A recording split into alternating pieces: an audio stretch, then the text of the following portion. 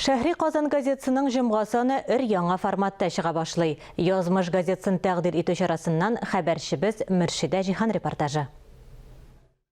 Яңа буын татарларын татарча ничек укытырга, күбесенең рухи ихтыяҗлары милли мөхиттан аерылган. Татар матбугаты әнә шул сорауларга җавап итеп, заман таләпләренә яраклашырга тырыша.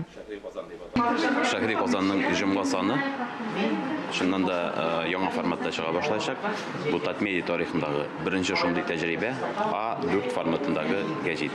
Әгәр дә мәгән кадәр без зур гәҗитләр белән эш итсәк, шуларны укысак, бүгенге көндән инде кечкенә журнал вариантындагы газетада укырга мөмкин булачак. Һәм аның эштәлеге дә төбе тамыры белән үзгәрде. Хәзер анда безнең язмышлар исеме дә шуңа күрә язмыш дип атала.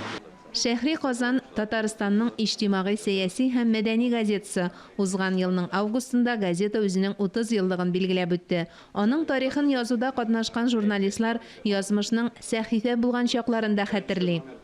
Bu yazmış gazetesi çıkarga tiyиш idi. Мен аны инде күптән көтәдерим. Бу инде Мансур Муртазин вакытында сәхифәләр булып башланган иде. Аларның газетларында сәхифәләр барадыр. Төрле өлкәдәге иратларга да башлаган, хатын-кызларга да.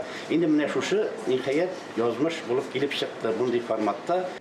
Җомга санын тәкъдир итү чарасында медиа тармак юнәлешен җитәкләүчеләр, журналистлар, әдәбият сәнгать әһелләреннән тыш язмыш газетасының язма геройлары да катнашты.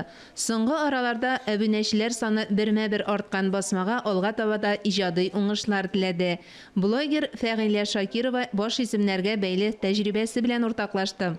Менә мине дә YouTube блогер буларак исем сайлаганда күп уйланыла. Әгәр дә инде менә шушындай матур, шаблонлы, яңгырап тора торган исемнәр куям икән, минем карыйм тенденция ничек караучылар бик күп булмый.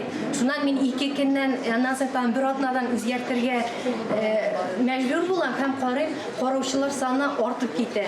Шуңа күрә гадилектән куркырга кирәк түгел һәм маңкайга бәрә торган исемнәрдән дә куркырга кирәк.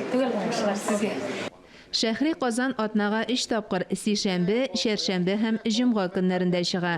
Җомга саны 2 июльдән башлап укучыларына яңа форматта нәшер ителә. Мөршидә Җиһан, Ирек Хәмидуллин, Татарстан яңалыклары.